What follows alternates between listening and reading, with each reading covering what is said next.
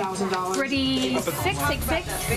KSL TV, Salt Lake City, Utah, serves the Mountain West from Broadcast House in downtown Salt Lake. KSL is the home of the news specialists.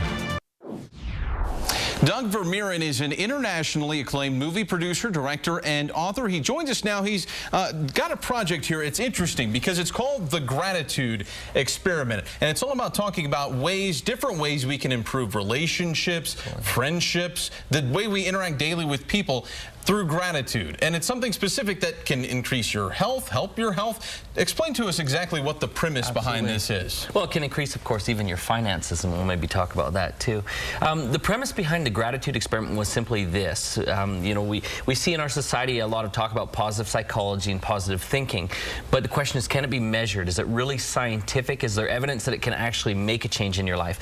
And so we set out with the film to basically explore, you know, is that something that is legitimate? Can we actually make these changes? And you talk about this. What can it specifically do? You mentioned what type of results. We're so results oriented now, right? Absolutely. So what is quantifiable? What can you see a difference by using this method? Sure. Actually, one of the biggest things that we saw was in even our biochemistry and the way that our brain sorts information. Naturally, our brains are wired for survival, so we're always looking for negative things, challenges, and things that, you know, we have to watch out for. But when we can really put ourselves into a state of gratitude, we then can find ourselves in a more calm place, and we can make better problem solving and better solutions to the challenges that we face. Maybe give us sort of, I know it's obviously lengthy to explain it in its entirety, but what exactly do you mean when you say gratitude? Is it simply as much as saying thank you or being grateful of people helping, or what exactly is it? Well, definitely saying thank you is part of it, but I think it goes further than that. You see, it has to really be authentic to start with.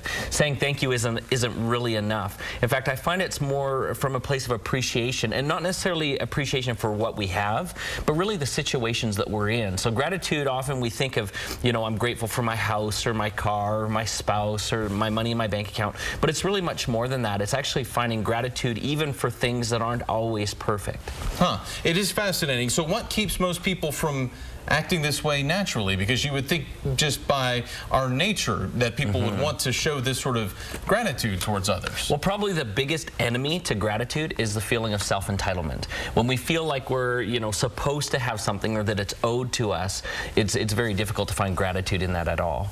The film is interesting. The Gratitude Experiment. That's Doug Vermeeren, and thanks for being with us. It's an interesting. Where can we find out more information about this? You can actually see the film right now on the website, thegratitudeexperiment.com.